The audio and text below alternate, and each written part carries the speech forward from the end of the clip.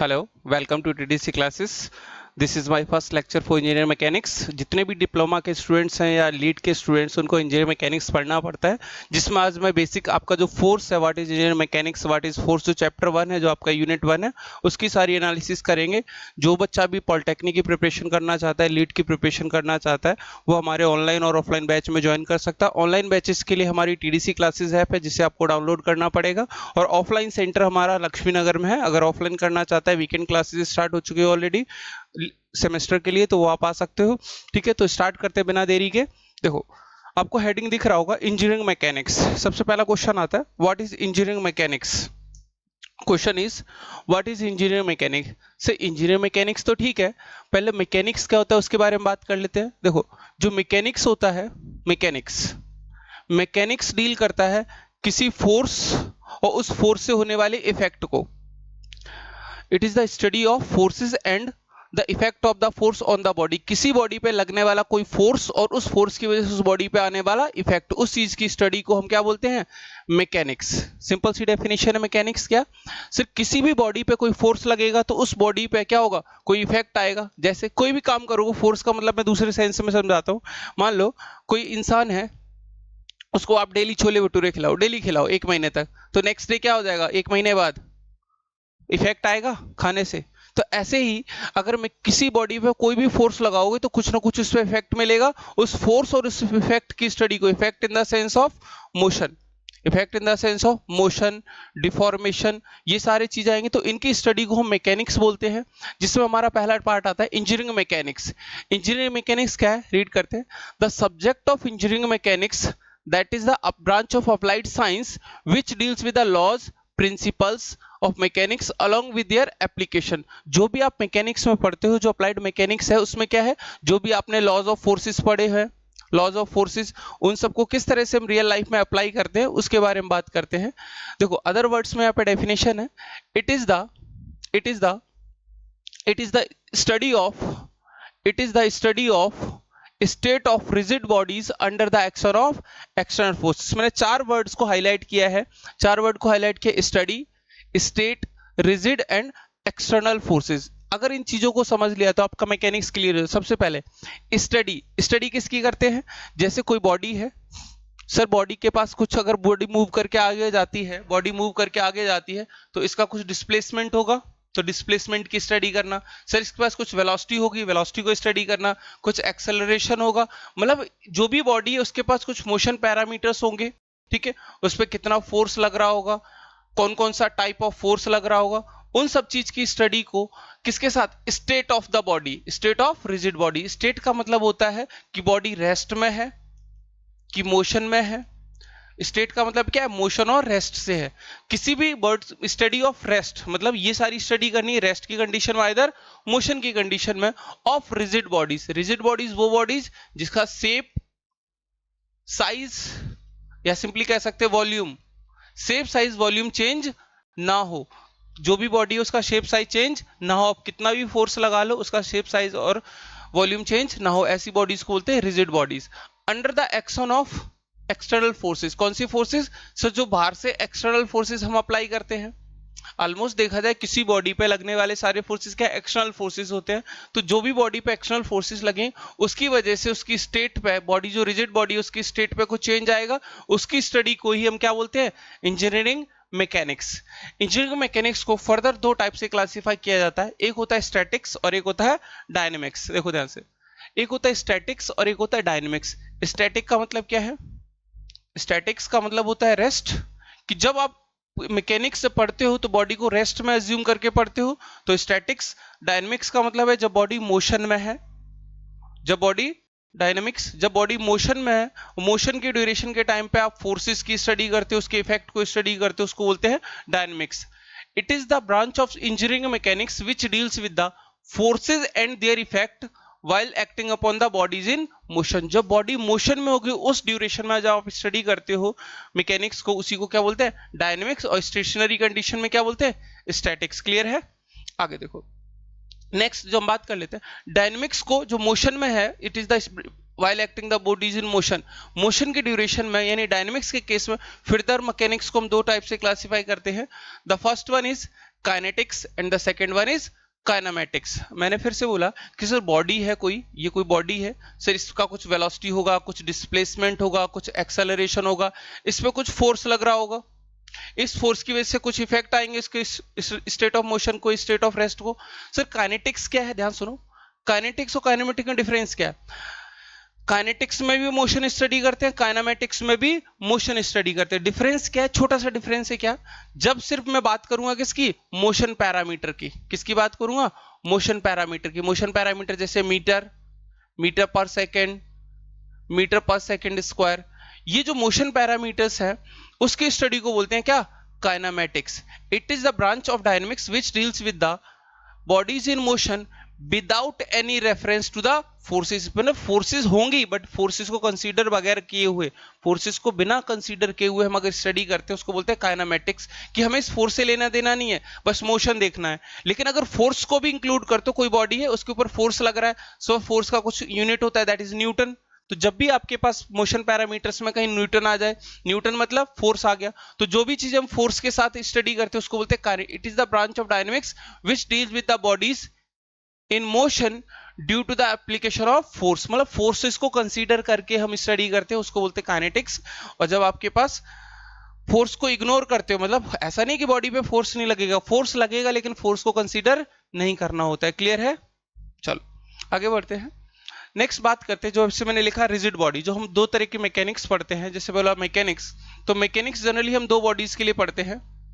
Mechanics दो तरह की बॉडीज के लिए पढ़ते हैं, एक होता है रिजिड बॉडी मैकेनिक्स, एक होता है रिजिड बॉडी और एक होता है डिफॉर्मेबल बॉडी।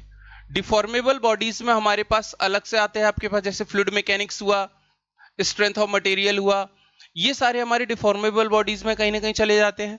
जो रिजिड बॉडी है, रिजिड का मतलब क्या होता है, जिसका शेप और साइज चेंज ना हो। इसको मैं दूसरे तरीके से समझाता हूं। मान लो ये एक बॉडी है, ध्यान से देखो, एक बॉडी है, इस बॉडी पे मैंने दो पॉइंट कंसीडर किए, ए और बी।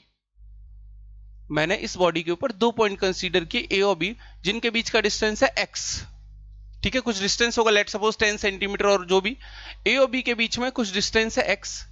इस बॉडी पे मैंने फोर्स लगाया, ध्यान से देखो, इस बॉडी पे मैंने फोर्स लगाया, कुछ एक फोर्स लगाया, और थोड़ी देर बाद देखा बॉडी यहां पहुंच गई, बॉडी यहां पहुंच गई।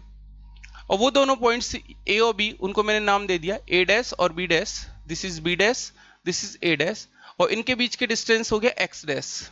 डिस्टेंस कितना हो गया, सॉरी एक सेकेंड, जो डिस्टेंस हो गया दैट इज, जो डिस्टेंस हो जाएगा आपके पास, ये बॉडी है, ये पॉइंट ए और ये पॉइंट बी, दोनों के बीच का डिस्टेंस हो गया एक्स डैश। अब ध्यान सुनो, अगर मैं बोलता हूं कि रिजिड बॉडी है, कैसी बॉडी है, रिजिड बॉडी, तो बॉडी पे कितना भी फोर्स अप्लाई करो उसके पार्टिकल्स के बीच में कोई डिफॉर्मेशन नहीं आना चाहिए। मींस जो ये डिस्टेंस है एक्स से एक्स का, वो चेंज नहीं होना चाहिए। मतलब फोर्स लगाओगे तो बॉडी में जो एक्स और एक्स डैश है वो दोनों सेम रहने चाहिए। जैसे ये मार्कर है, ध्यान से देखो, ये मार्कर है, इस पॉइंट और इस पॉइंट के बीच में कुछ डिस्टेंस होगा, लेट सपोज 15 सेंटीमीटर।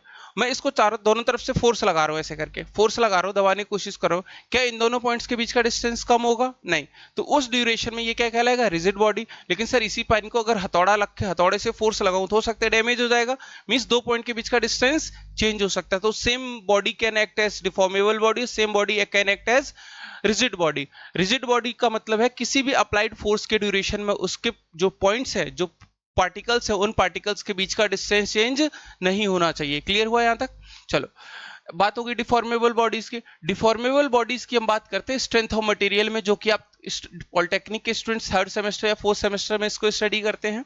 ठीक है, नेक्स्ट देखो, अब बात करते हैं the most important parameter is force, कि हमारा चैप्टर ही है फोर्स। पूरी जो हमारा चैप्टर है, फर्स्ट चैप्टर है, वो फोर्स से रिलेटेड है, सब कुछ फोर्स के बारे में पढ़ना है। तो फोर्स को बचपन से आपने पढ़ा है sir, force is nothing but push और पुल, पुश और पुल। किसी बॉडी पे कोई पुश धक्का लगाते हो, उसको खींचते हो, उसी को क्या बोलते हैं, फोर्स। बट ये डेफिनेशन आपकी 6th 7th 8th क्लास तक वैलिड थी।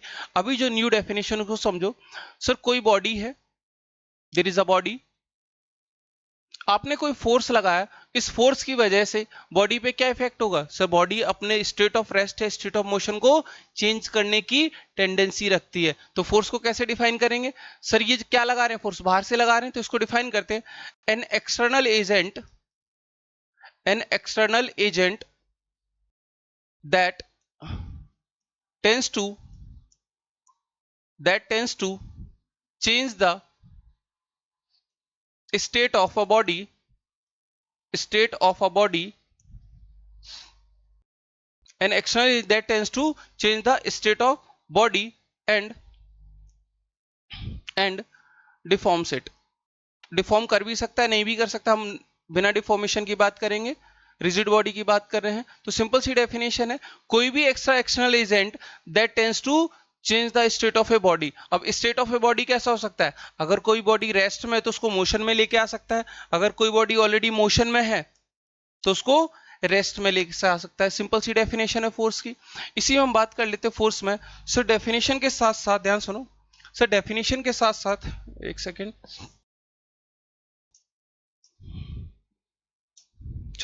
डेफिनेशन के साथ साथ हम फोर्स के बारे में बात करें। जो फोर्स है सर, फोर्स की डेफिनेशन क्लियर है। अब इसके बारे में बात करते हैं, जो उसकी यूनिट होती है दैट इज न्यूटन। यूनिट क्या होती है, Newton. The SI unit of force is Newton.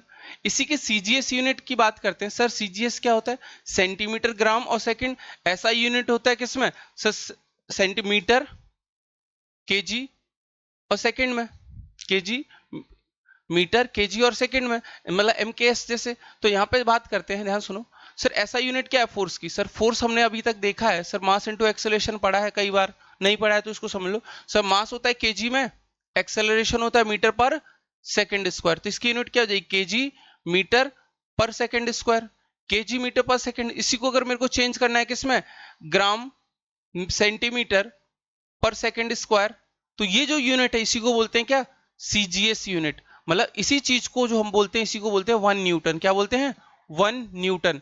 अब इसी 1 न्यूटन को अगर मेरे को ग्राम सेंटीमीटर पर सेकंड स्क्वायर में चेंज करना है, उसको बोलते हैं सीजीएस। और सीजीएस में जो यूनिट होती है that is dine.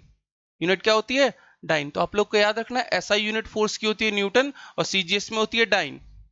1 newton equals to how much dyne, 10 की पावर 5 डाइन। कितना होता है, 10 की पावर 5 डाइन। कैसे चेंज करना है सर, जो आपके पास केजी मीटर पर सेकंड स्क्वायर, इसको चेंज करना है किसमें, केजी को ग्राम में चेंज करोगे तो 1000 ग्राम, मीटर को सेंटीमीटर में करोगे तो 100 सेंटीमीटर पर सेकंड स्क्वायर। 1000 इंटू 100, 10 की पावर 5। तो याद रखिएगा 1 न्यूटन बराबर होता है 10 की पावर 5 डाइन। क्लियर है। अच्छा, इसके बारे में बात कर लेते हैं। ये बात हो गई सिंपल एसआई यूनिट की, फोर्स की बात हो गई। हाँ, नेक्स्ट जो बात है, बात करते हैं जो फोर्स है, अब उसको समझते हैं थोड़ा सा। मैंने यहाँ पे ऑलरेडी लिखे हुए, मैं चलो आगे बढ़ लेता हूँ। जिससे हम फोर्स की बात करते हैं, फोर्स को समझते हैं। सर फोर्स को डिफाइन के लिए क्या चाहिए, सर फोर्स एक वेक्टर क्वांटिटी है। फोर्स कैसी क्वांटिटी है, वेक्टर क्वांटिटी।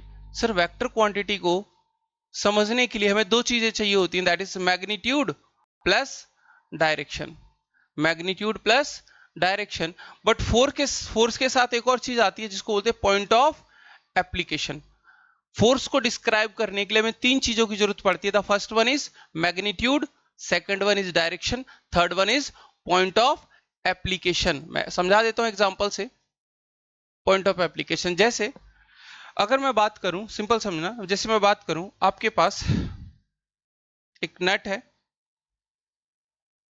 एक नट है जिसको आपको ओपन करना है। ध्यान सुनना, एक ओपन करना है इस नट को with the help of A spanner. आपके पास कोई स्पैनर है, रेंच जिसको आप बोलते हो। सपोज ये रेंच है आपके पास,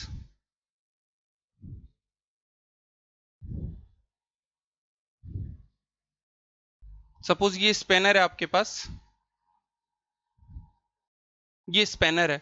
इस स्पैनर की हेल्प से इस नट को ओपन करना है। तो दो तरीके हो सकते हैं सर, अगर मैं फोर्स यहां लगाऊं, हाथ से पकड़ के इस स्पैनर को यहां से पकड़ के, यहां से पकड़ के और इस डायरेक्शन में फोर्स लगाऊं तो कुछ इफेक्ट दिखाई देगा। सेम फोर्स अगर मैं यहां लगाता हूं, सेम फोर्स अगर मैं इसके नजदीक लगाता हूं तो क्या होगा सर, इस वाले फोर्स की वजह से आसानी से ओपन हो जाएगा ये नट, बट इस फोर्स की वजह से टाइम ज्यादा लगेगा। मींस अगर मैं सेम फोर्स यहां लगा रहा हूं, यहां भी 500 न्यूटन लगा रहा हूं और यहां भी 500 न्यूटन लगा रहा हूं, आपको क्या लगता है किस पॉइंट पे आसानी से ओपन होगा, किस पॉइंट पे होगा, जो दूर है, इस पॉइंट ऑफ टर्निंग जो रोटेशन पॉइंट है, जो नट है उससे जितना दूर होगा उतना ही ज्यादा आसानी से आपका रोटेशन पॉसिबल होगा।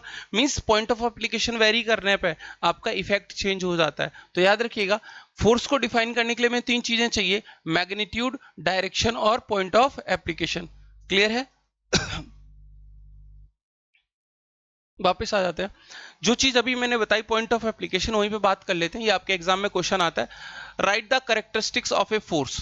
Right the characteristics of a force.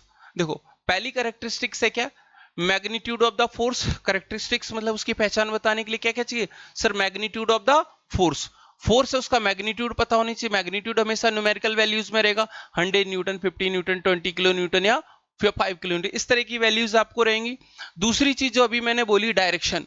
किसी भी फोर्स को अगर लगा रहे हैं तो डायरेक्शन पता होनी चाहिए, चाहे हैंड पंप में लगाते हो या किसी में भी फोर्स लगाते हो तो फोर्स की डायरेक्शन पता होनी चाहिए, along X axis, along Y axis, along किसी भी डायरेक्शन से।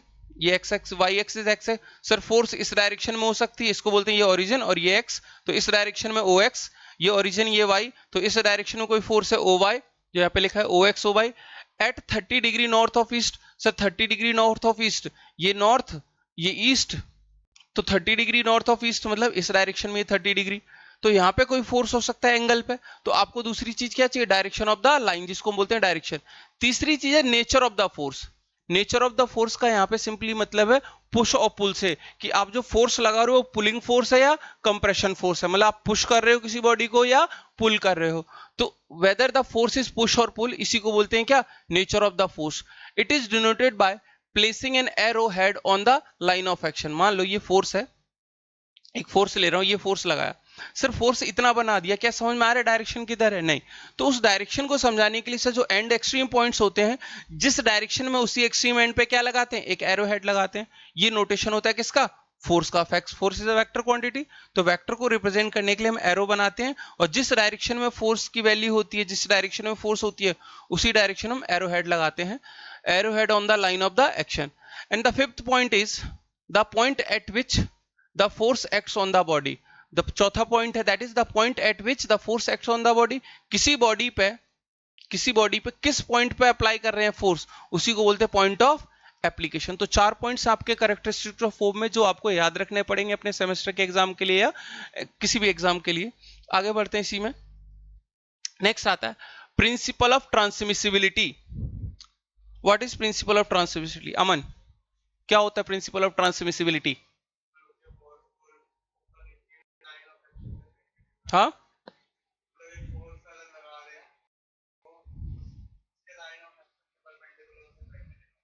ठीक है, देखो ध्यान से, जो हमारे पास बात करते हैं होता है क्या पहले समझाता हूं मैं, ध्यान से देखो। आप स्टेटमेंट पढ़ सकते हो बट समझने की कोशिश करो क्या मीनिंग है। जैसे एक बॉडी है, सपोज एक बॉडी है, एक ब्लॉक है जमीन पे रखा हुआ है, इस ब्लॉक के ऊपर मान लो हमें वेट शो करना है। सर वेट मैं यहां शो कर सकता हूं, this is the weight of the body, that is m into G. Weight होता है mass into acceleration due to gravity. Sir ये वेट हो गया। अब इस बॉडी पे जो वेट यहां रिप्रेजेंट किया है, सेम वेट मैं कहां रिप्रेजेंट करता हूं सर, सेम वेट मैं यहां भी रिप्रेजेंट कर सकता हूं। Same weight I can represent here like this, plus same जो W है वो मैं इस लाइन, इसको बोलते हैं जो फोर्स की डायरेक्शन होती है, उसी डायरेक्शन को बोलते हैं लाइन ऑफ एक्शन। जिस डायरेक्शन में फोर्स जाती है उसी लाइन को बोलते हैं क्या, लाइन ऑफ एक्शन। तो लाइन ऑफ एक्शन के अलोंग इस फोर्स को आप कहीं भी मूव करा सकते हो। मींस आप फोर्स यहां रिप्रेजेंट करो, जैसे इसको समझाता हूं मैं एक और तरीके से, ऐसे समझो, ऐसे समझो, ये बॉडी है मान लो, ठीक है, इस बॉडी पे मैं फोर्स लगा रहा हूं। सर मैं फोर्स यहां लगाऊं या सेम बॉडी पे मैं फोर्स इस तरह से लगाऊं, अगर यहाँ पे 500 न्यूटन है तो यहाँ भी 500 न्यूटन होगा, तो जो इफेक्ट होगा फोर्स का, दोनों फोर्स का क्या होगा, सेम होगा। चाहे इसको पीछे से पुश करो या इसको आगे से पुल करो, अगर सेम लाइन ऑफ एक्शन पे अगर फोर्स लग रहा है तो जो उसका इफेक्ट होगा वो भी सेम होगा। तो वही प्रिंसिपल ऑफ ट्रांसमिसिबिलिटी कहलाता है। क्या कहता है वो देखिएगा ध्यान से, प्रिंसिपल ऑफ ट्रांसमिसिबिलिटी कहलाता है, ध्यान सुनो। It states that if a force acts at a point on a rigid body, it may also be considered to act at any other point on the line of action। वही मैंने बोला, इस line of action पे कहीं से भी आप represent कर सकते हो फोर्स, किसी भी पॉइंट से स्टार्ट करके आप इस फोर्स को रिप्रेजेंट कर सकते हो उस लाइन के अलोंग कहीं भी, provided this point is rigidly connected with the body. जो पॉइंट होगा वो लाइन होगी वो हमेशा रिजिड होगी, ठीक है। नेक्स्ट पॉइंट की बात करते हैं इसमें। The next point is principle of superposition. Principle of superposition क्या कहता है? सिंपल सी चीज है, देखो ध्यान से। This principle states that the combined effect of force, एक सेकेंड, ठीक है, अब विजिबल है, देखो। Principle of superposition, this principle states that the combined effect of a force system acting on a particle or a rigid body is the sum of effects of individual forces। individual forces मतलब sir कोई body है, ध्यान सुनो, कोई body है sir, इस पर कई सारे फोर्स लग रहे हैं, F1 फोर्स लग रहा है, F2 फोर्स लग रहा है, इधर से कोई F3 फोर्स लगा रहा हूं, ठीक है। तो सर जितने भी किसी बॉडी पे फोर्सेस लग रहे होंगे, अगर मैं चाहूं कि जो भी इफेक्ट इन तीन फोर्सेस की वजह से नजर आ रहा है, F1 F2, वही फोर्स मुझे किसकी वजह से मिल जाए, वही मुझे रिजल्टेंट या जो भी इसका इफेक्ट आएगा वो इफेक्ट सिर्फ एक फोर्स की वजह से मिल जाए, तो इन्हीं जो इफेक्ट मिलेगा किसकी वजह से, F1 F2 F3, वही किसकी वजह से मिलेगा, F। तो हम इसको लिख सकते हैं F equals to F1 plus F2 plus F3। इसी को बोलते हैं प्रिंसिपल ऑफ सुपरपोजिशन। मींस जो भी इफेक्ट होगा इंडिविजुअल फोर्सेस का, वही इफेक्ट हो जाएगा किसका, टोटल फोर्सेस की वजह से। सिंपल सी बात करो, a rigid body is sum of the effect of, जो किसी बॉडी पे जो कंबाइन इफेक्ट होगा वो किसके बराबर होगा, sum of effect of individual forces. एक फोर्स ने कुछ इफेक्ट किया, दूसरी फोर्स ने कुछ इफेक्ट किया, तीसरी फोर्स का कुछ अलग इफेक्ट आया, मतलब अलग अलग फोर्सेस की से अलग अलग इफेक्ट आएगा।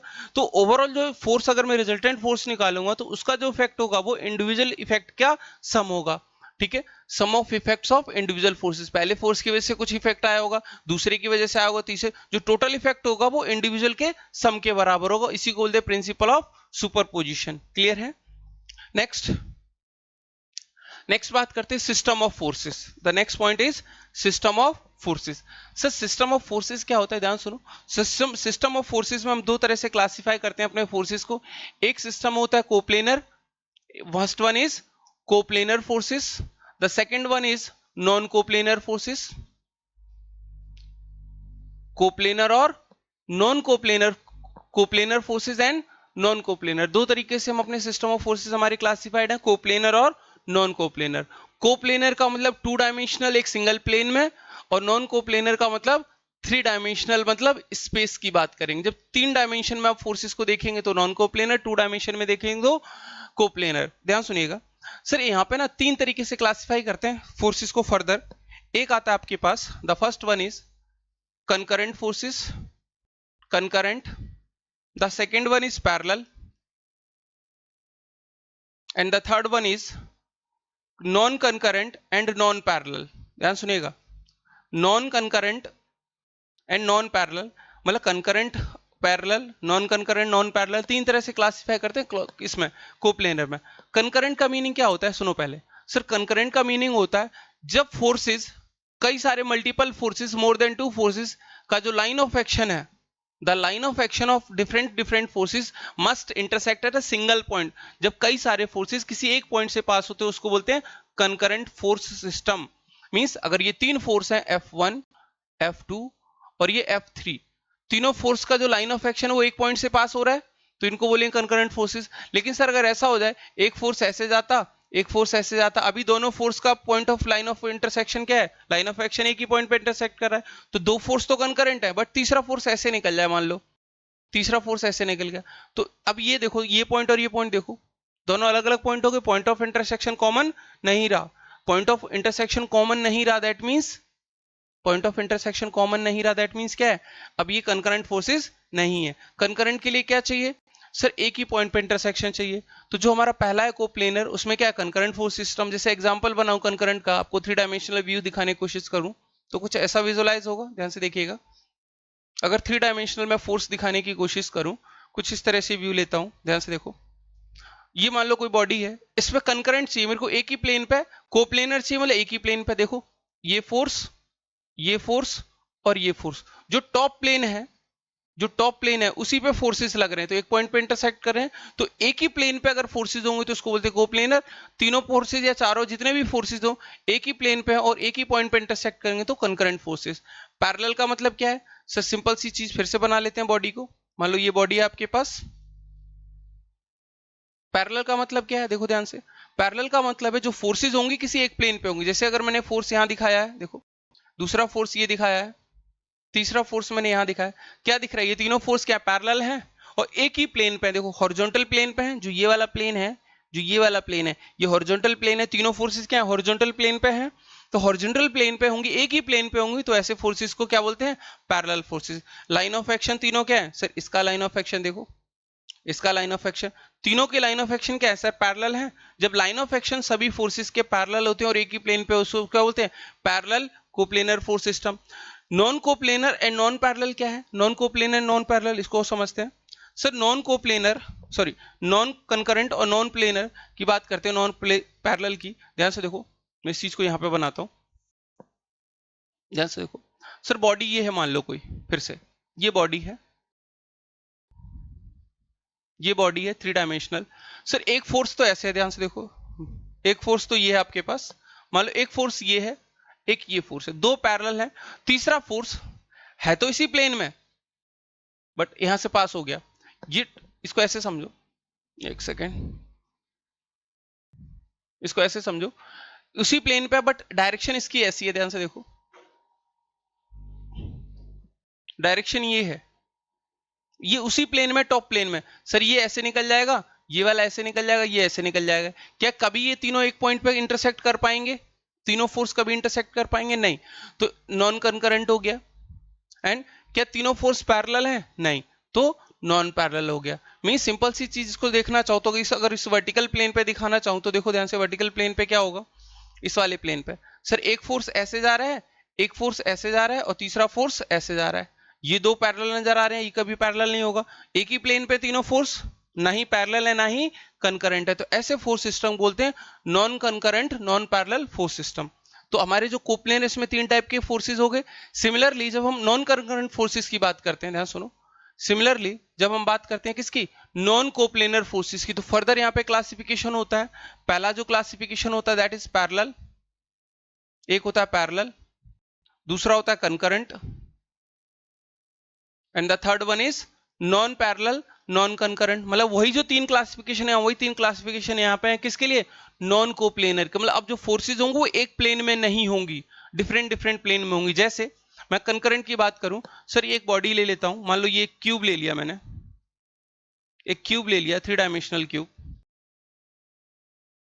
अब देखो मैं फोर्स दिखा रहा हूं आपको, सर फोर्स जो होगी, ध्यान सुनो, कंकरेंट के लिए सर एक ही पॉइंट पे इंटरसेक्ट करेंगे बट पैरेलल नहीं होनी चाहिए, एक प्लेन पे नहीं होनी चाहिए। जैसे मान लो एक फोर्स ये ले रहा हूं, हॉरिजॉन्टल टॉप प्लेन पे है, दूसरा फोर्स देखो वर्टिकल प्लेन पे है, तीसरा फोर्स ले रहा हूं, मान लो तीसरा फोर्स ऐसे आ रहा है इधर से, इस वाले एज पे दिख रहा होगा आपको। तीनों फोर्स इंटरसेक्ट तो करेंगे एक पॉइंट पे, तीनों फोर्स इंटरसेक्ट तो कर रहे हैं एक पॉइंट पे। सर ये हॉरिजॉन्टल प्लेन पे, टॉप प्लेन पे, ये वर्टिकल प्लेन पे, ये सामने वाले प्लेन पे, मतलब ये दोनों फोर्स पैरेलल नजर आ रही हैं, सॉरी पैरेलल सेम प्लेन पे हैं, बट ये प्लेन क्या है दूसरा, ये वर्टिकल प्लेन हॉरिजॉन्टल, लेकिन पॉइंट ऑफ इंटरसेक्शन क्या है, सेम। तो ये हो जाएंगे कैसे, कंकरेंट नॉन कोप्लेनर फोर्सेस।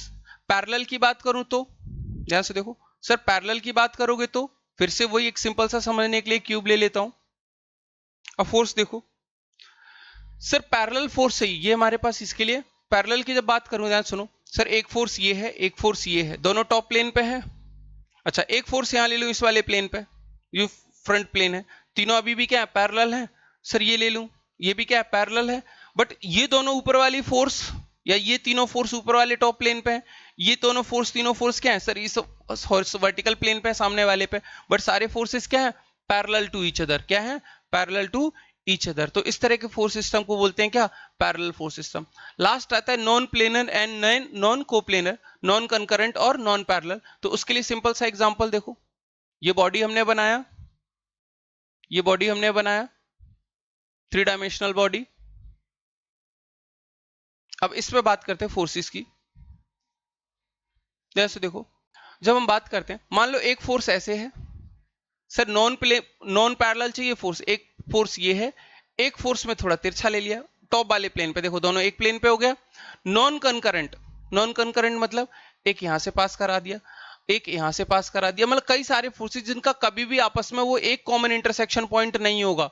सभी के अगर लाइन ऑफ एक्शन आगे बढ़ाओगे तो एक कॉमन पॉइंट ऑफ इंटरसेक्शन नहीं होगा, और एक प्लेन पे नहीं होंगे, और ना ही आपस में पैरेलल होंगे, अलग अलग प्लेन पे फोर्सेस होंगे तो इसको बोलते हैं non parallel non concurrent forces. तो ये जनरली आप कहाँ देखते हो, जैसे फुटबॉल वगैरह खेलते हो तो फुटबॉल जो मोशन करती है वो एक्स वाई जेड डायरेक्शन में मोशन करेगी, तीनों डायरेक्शन में, तो तीनों डायरेक्शन में फोर्स लगेगी, तीनों वर्टिकल, हॉरिजॉन्टल और दो वर्टिकल प्लेन है एक हॉरिजॉन्टल, तीनों प्लेन में आपकी फोर्स लगेगी। तो इस तरह का जो फोर्स सिस्टम होता है वो जनरली 3D में देखते हैं, जैसे फुटबॉल वगैरह खेलते हो। 2 डायमेंशनल का एग्जांपल हो सकता है जैसे कैरम बोर्ड है, आप जो कैरम बोर्ड होता है उसमें आप स्ट्राइकर से जो बात स्ट्राइक करते हो किसी चीज पे, तो स्ट्राइकर की ड्यूरेशन में भी क्या होता है, कैरम बोर्ड पे आपको फोर्स जो लगता है वो 2 डायमेंशन लगता है, either X direction either Y direction, सिर्फ 2 डायरेक्शन में मिलेगा। नेक्स्ट आगे बढ़ते हैं। नेक्स्ट है, next topic is moment. Next is moment of a force. Sir moment क्या होता है, what is moment? Vinay, what is moment बेटा? बॉडी मूव नहीं, देखो मोमेंट का यहां पे मतलब होता है, मोमेंट का यहां पे मतलब होता है, what do you mean by moment? Moment का सिंपल मतलब होता है किसी फोर्स का जो रोटेशनल इफेक्ट है, किसी फोर्स का जो रोटेशनल इफेक्ट है, the rotational effect of any force, किसी फोर्स का rotational effect of any force, उसी को बोलते हैं मोमेंट। जैसे ये मार्कर है, ठीक है, मार्कर है, ये पेन ऐसे है, मैं इस पे इस तरह से फोर्स लगा रहा हूं, ध्यान से देखो, वर्टिकल फोर्स लगा रहा हूं, जैसे फोर्स लगाऊंगा मार्कर क्या हो रहा है सर, इस पॉइंट के अबाउट, इस पॉइंट के अबाउट क्या कर रहा है, रोटेट कर रहा है, देख रहा है, देखो ध्यान से, मतलब ऐसे फोर्स लगा रहा हूं, जैसे फोर्स लगाऊं तो उस पॉइंट के अबाउट क्या कर रहा है, मार्कर रोटेट कर रहा है। तो जो इफेक्ट होगा, अब मार्कर को रोटेट कराना, मान लो एक है कि यहां पे लगा के फोर्स रोटेट करूं, एक यहां फोर्स लगाऊं, एक यहां लगाऊं, तीनों में से आपको क्या लगता है किस पॉइंट पे आसानी से रोटेशन होगा? जितना इस पॉइंट से दूर रखूंगा उतना आसानी से रोटेशन होगा। तो अगर बात करूं सर, जो रोटेशनल इफेक्ट होगा, ध्यान सुनो, जो रोटेशनल इफेक्ट होगा, जो रोटेशनल इफेक्ट होगा वो क्या होगा, वो डायरेक्टली प्रोपोर्शनल किसके, फोर्स के, जितना ज्यादा फोर्स लगाएंगे उतना ज्यादा रोटेशन होगा, या फिर जितना ज्यादा डिस्टेंस दूर होगा, जो रोटेशनल इफेक्ट होगा वो जितना ज्यादा दूर होगा जिस पॉइंट से, तो हम डायरेक्टली बोल सकते हैं रोटेशनल इफेक्ट क्या होना चाहिए, एफ और आर के डायरेक्टली प्रोपोर्शनल। इसी को हम बोलते हैं क्या, moment equals to force into R, या आर को बोलते हैं क्या, परपेंडिकुलर डिस्टेंस, जैसे यहां पे दिखाया हुआ है mathematically moment equals to P into I, जहां पे P क्या है, P is the force, P is the force and I is the perpendicular distance between the point about the moment is required and the line of action of force, जो line of action of force है और जो आपका point है उसके बीच का perpendicular distance. जैसे example समझा देता हूं मैं इस चीज को, समझो इस चीज को, जैसे मान लो ये आपके पास कोई रॉड है, ये एक रॉड है, इस पॉइंट के अबाउट आपको देखना, सर मैंने फोर्स ऐसे लगाया, मान लो फोर्स ऐसे लगाया, फोर्स ऐसे लगाया, सपोज इससे हमने एंगल लिया 30, कुछ थीटा एंगल पे, कुछ एंगल पे हमने फोर्स लगाया। अब ध्यान सुनो, इस पॉइंट पे इस बॉडी को हमने दीवार से हिंज कर रखा है, मैं फोर्स ऐसे लगा रहा हूं, इस फोर्स के दो इफेक्ट होंगे, दो कंपोनेंट होंगे, इस फोर्स के दो इफेक्ट होंगे सर, एक ये एक्स डायरेक्शन में और एक ये वर्टिकल डायरेक्शन में। सर थीटा के साथ वाला हमेशा कौन सा कंपोनेंट होता है, cos theta, F cos theta, इधर क्या आएगा एफ साइन थीटा। अब ध्यान से देखो सर, जो एफ कॉस थीटा है ये वाला, क्या ये वाला कंपोनेंट कभी इस रॉड को रोटेट करा पाएगा? ये जो एफ कॉस थीटा ये कभी भी इस बॉडी को रोटेट नहीं करा पाएगा, कौन सा कराएगा, एफ साइन थीटा। मतलब एफ साइन थीटा और ये परपेंडिकुलर डिस्टेंस दिख रहा है आपको, इस परपेंडिकुलर डिस्टेंस को बोलते हैं आर। तो अगर यहाँ पे मोमेंट की बात करूंगा तो मोमेंट होता है एफ इंटू परपेंडिकुलर डिस्टेंस, तो सर फोर्स कितना है, F sine theta multiplied by perpendicular distance R, कितना हो जाएगा, F R into sine theta. ये एफ साइन थीटा क्या है सर, ये आर के डायरेक्शन में परपेंडिकुलर कंपोनेंट है, क्या है, परपेंडिकुलर। आप दो चीज समझना, या तो परपेंडिकुलर डिस्टेंस ले लो या फोर्स को परपेंडिकुलर, इस केस में हमने क्या डिस्टेंस सेम रखा, हमने फोर्स का कौन सा कंपोनेंट ले लिया, आर के परपेंडिकुलर डायरेक्शन का। क्लियर है? तो इतना याद रखना, दैट इज मोमेंट। इसी को हम आगे बढ़ेंगे डिटेल से, अलग चैप्टर में मोमेंट अलग एक चैप्टर है वहां पे डिस्कस करेंगे। आगे बढ़ लेते हैं फोर्स के बारे में फिर से।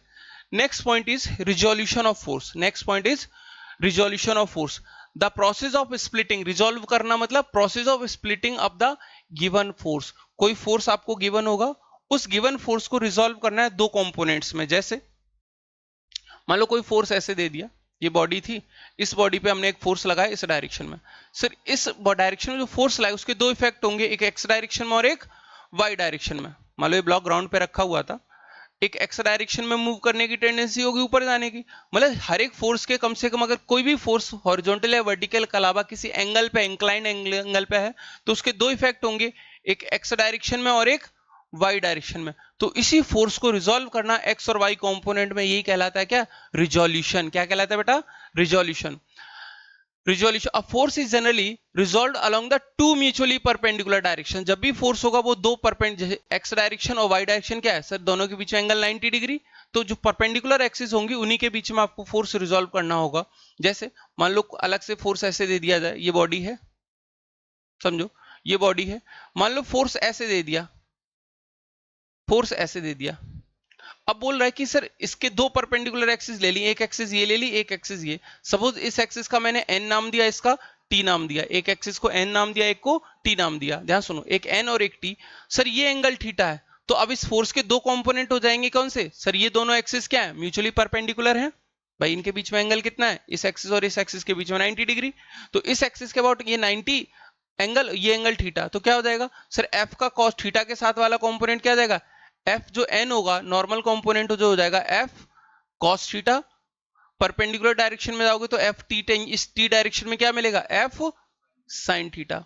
इस चीज का यूज कहां करते हैं, जैसे आपके पास कोई इंक्लाइंड सरफेस है, यहां पे कोई बॉडी है, ठीक है, इस बॉडी का वेट नीचे एक्ट करेगा, बॉडी का वेट नीचे एक्ट करता है, तो इस बॉडी को हम रिजॉल्व करते हैं सर, एक इस डायरेक्शन में और एक इस डायरेक्शन में।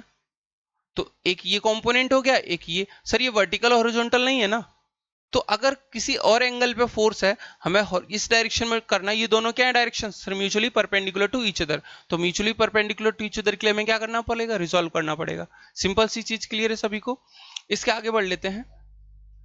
Next is composition of force, next is composition of force. देखो कंपोजिशन का मतलब क्या है सर, अभी रिजोल्यूशन देखा, रिजोल्यूशन में क्या है, दो एक फोर्स को हम दो टुकड़ों में तोड़ते हैं। कंपोजिशन का मतलब है कि सर दो फोर्स दे रखे हों, एक दो फोर्स दे रखे हो F1 और F2, तो इनका जो मेन होगा, इनका जो कंपोनेंट रिजल्टेंट होगा, उसी को निकालना क्या कहलाता है, कंपोजिशन में दोनों को कंबाइन करना, मतलब मल्टीपल फोर्सेस को एक फोर्स से रिप्रेजेंट करना, उसी को बोलते हैं कंपोजिशन।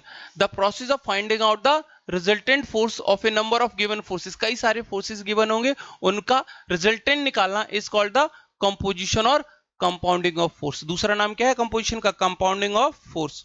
तो कई बार कंपोजिशन की जगह कंपाउंडिंग दे रखा हो, ध्यान रखिए कंपाउंडिंग पूछ लेता है, ठीक है।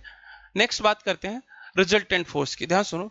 जब रिजल्टेंट फोर्स की बात करें, रिजल्टेंट फोर्स क्या है, मान लो कोई बॉडी है सर, एक छोटी सी बॉडी है सर, इस पे ना कई सारे फोर्स लगे, इसको ऐसे समझो, एक बॉडी की बजाय एक कार समझ लो, एक गाड़ी समझ लो, एक व्हीकल है, इसको आपने पीछे से कुछ फोर्स लगाया, आगे से भी फोर्स लगाया, ठीक है, टॉप से भी फोर्स लगा, बॉटम से भी लगाया, इधर से भी लगाया, इधर से, सर कुछ ना कुछ एक इफेक्ट होगा।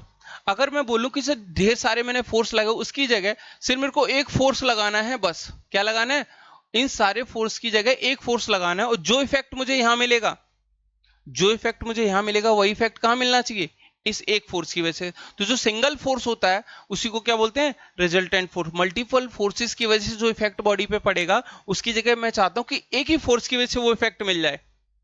जैसे आप मल्टीपल डेज पढ़ाई करते हो, मल्टीपल डेज पढ़ाई करते हो ताकि आपका रिजल्ट अच्छा आ जाए। आप बोलो सर मल्टीपल डेज की जगह मेरे को बता दो, एक ही दिन पढ़ लूं पास हो जाऊं, ऐसा पॉसिबल है नहीं। तो सर मल्टीपल डेज में पढ़ाई के लिए पॉसिबल नहीं है, मल्टीपल डेज में ही आपको पढ़ना पड़ेगा।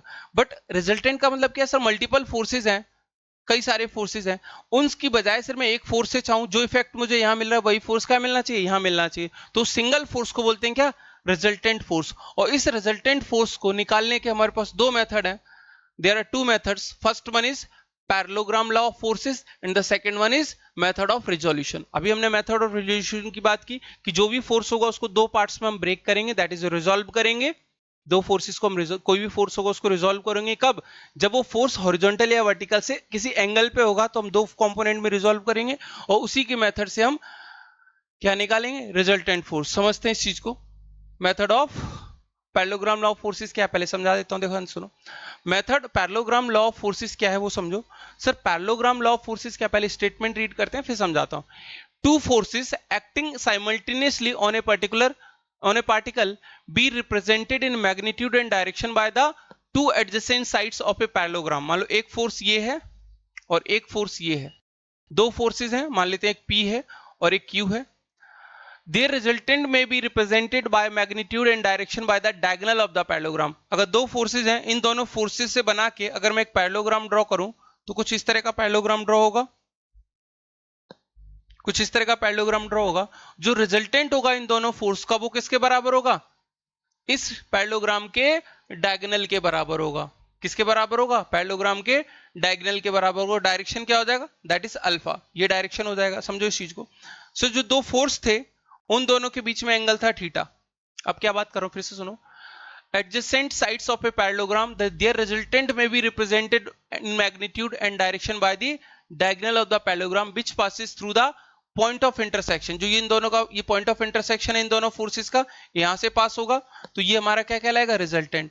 अब इसी रिजल्टेंट को निकालने के लिए हम क्या करते हैं सर, रिजल्टेंट जो हमारे निकल के आता है that is under root of P square plus Q square plus 2pq cos theta. Clear है सभी को, दैट इज जो हमारा रिजल्टेंट आता है पी स्क्वायर, इसको डिटेल में पढ़ेंगे आगे, अभी समझ लो। जो रिजल्टेंट हमारा निकल के आता है that is P square plus Q square plus 2pq cos theta, ये निकल के आएगा। ये अल्फा आएगा, ध्यान से। अल्फा क्या होगा सर, इसको ना हम थोड़ा वर्टिकली ड्रॉ करते हैं। ये अगर पूरा एंगल थीटा है तो ये एंगल भी थीटा होगा, ये बात समझ में आती है। अगर ये एंगल थीटा होगा तो ये एंगल भी थीटा होगा, ये बात समझ में आती है। क्योंकि सर ये लाइन, ये वाली लाइन इसके पैरेलल है, तो ये एंगल अगर थीटा है तो ये एंगल भी थीटा होगा। अब सुनो, तो दोनों एंगल थीटा, तो अगर ये डिस्टेंस हमारा q है तो ये डिस्टेंस भी क्या होगा, q होगा। ये q होगा तो मेरे को ये डिस्टेंस बता सकते हो, q cos अल्फा हो जाएगा, सामने वाला वर्टिकल कितना हो जाएगा, q sin theta, q sin theta.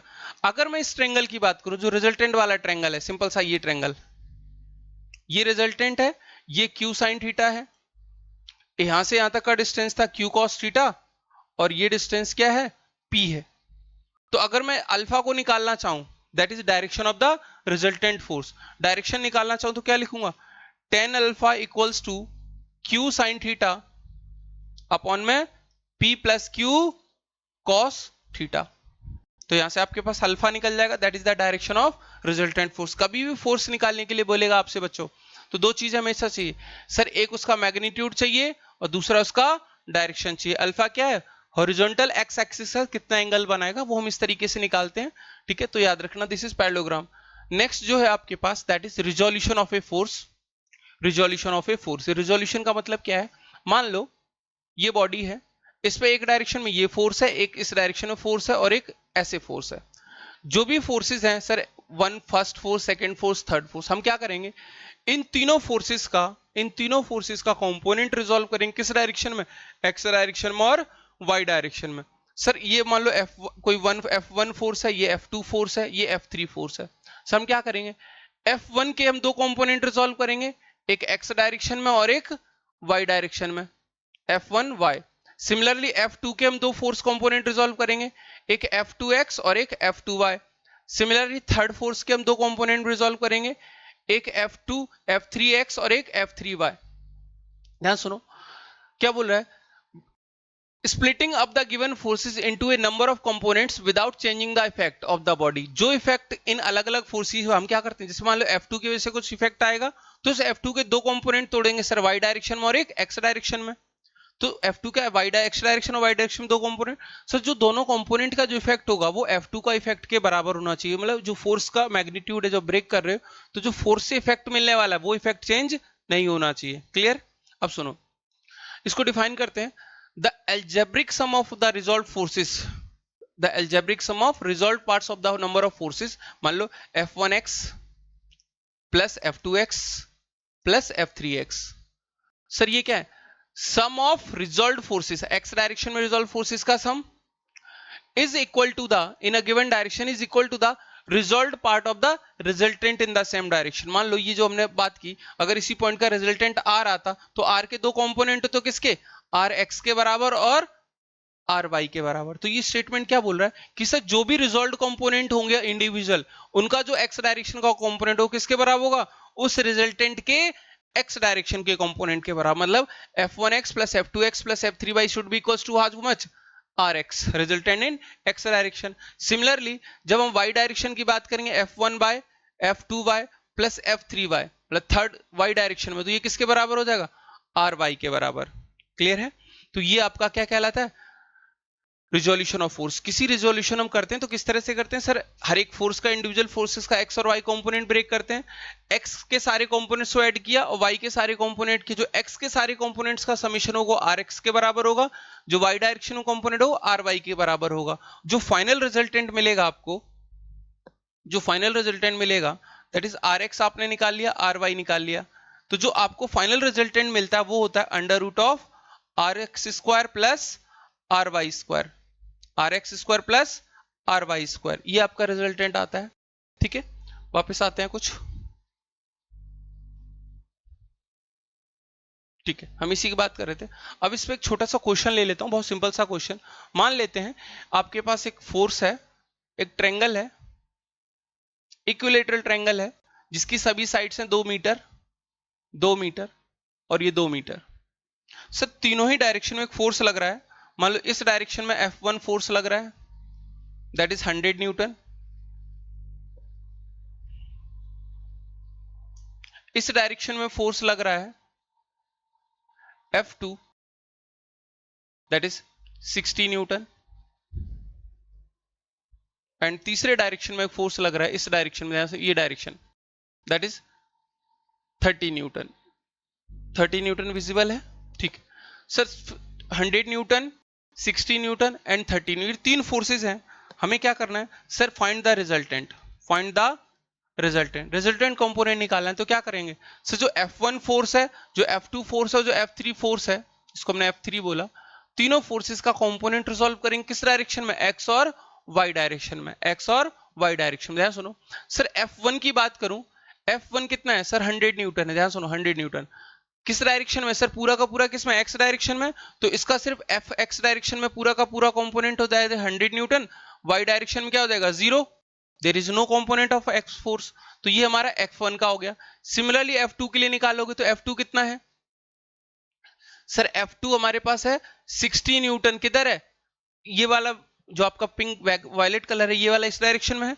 इसको जब रिजॉल्व करोगे तो दो कंपोनेंट आएंगे, कौन कौन से, ध्यान से देखो, एक कंपोनेंट ये आएगा, एक कंपोनेंट ये आएगा, मतलब एक इसका वर्टिकल कंपोनेंट, एक horizontal component.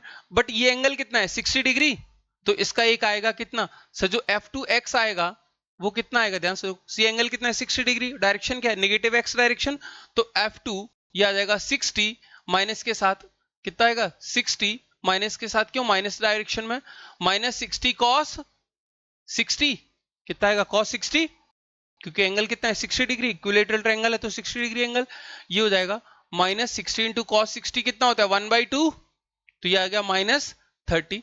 Similarly F2y, Y direction का कंपोनेंट कितना हो जाएगा सर, ये हो जाएगा 60 sin 60, sin 60 होता है कितना, √3/2, √3/2, तो 60/2 30, 30 √3, तो F2y हमें मिल गया।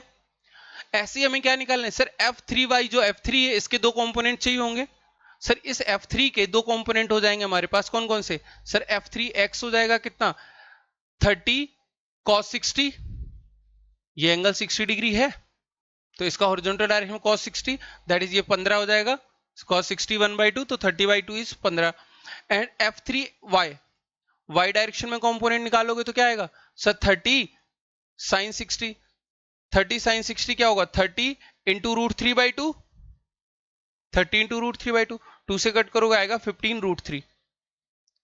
अब मैंने बोला सर रिजल्टेंट निकालना तो क्या चाहिए सर, हमें जो रिजल्टेंट सारे फोर्सेस का एक्स कंपोनेंट निकालते हैं, एक्स के लिए क्या निकालोगे, F1x plus F2x plus F3x, ये सारे फोर्सेस निकालोगे कितना आएगा सर, F1x हमारा कितना था 100 न्यूटन, माइनस F2x कितना था -30, प्लस F3x कितना है 15, ये हमारे पास आगे कितना आ गया सर, ये आ गया 185, दिस इज 85 न्यूटन, ये जो आया हमारे पास दैट इज 85 न्यूटन, हमारे पास Rx आ गया। सिमिलरली Ry निकालोगे, y डायरेक्शन में कौन कौन से फोर्सेस हैं सर, निकालते हैं, y डायरेक्शन में हमारा 0 है, प्लस कितना है 30 √3 और लास्ट में 15 √3, तो ये समेशन कितना आएगा 45 √3, कितना आएगा, यही आएगा ना 45√3 सर आर एक्स मिल गया, आर वाई मिल गया, तो रिजल्टेंट फोर्स कितना हो जाएगा सर? रिजल्टेंट फोर्स हो जाएगा आर एक्स स्क्वायर मतलब 85 स्क्वायर प्लस 45√3 का होल स्क्वायर। अब इसको आप निकाल लोगे कैलकुलेटर से या जैसे भी, तो यही आपका क्या हो जाएगा रिजल्टेंट। तो रिजोल्यूशन में सिंपल क्या करना है, जो इंडिविजुअल फोर्स है उनको रिजोल्व करना है अलग अलग कंपोनेंट में, देन आपको ऐड कर लेना है, इस तरह से आपका रिजल्टेंट निकल जाएगा। क्लियर है? होप मान के चलता हूं कि यहां तक जो पढ़ा है वो समझ में आया होगा। बाकी इसमें कोई भी डाउट रहता है, कोई भी क्वेश्चन में डाउट रहता है किसी भी टॉपिक में, तो आप डायरेक्टली कमेंट करिए, और अगर वीडियो अच्छा लगा हो तो लाइक और सब्सक्राइब करिए। Thank you.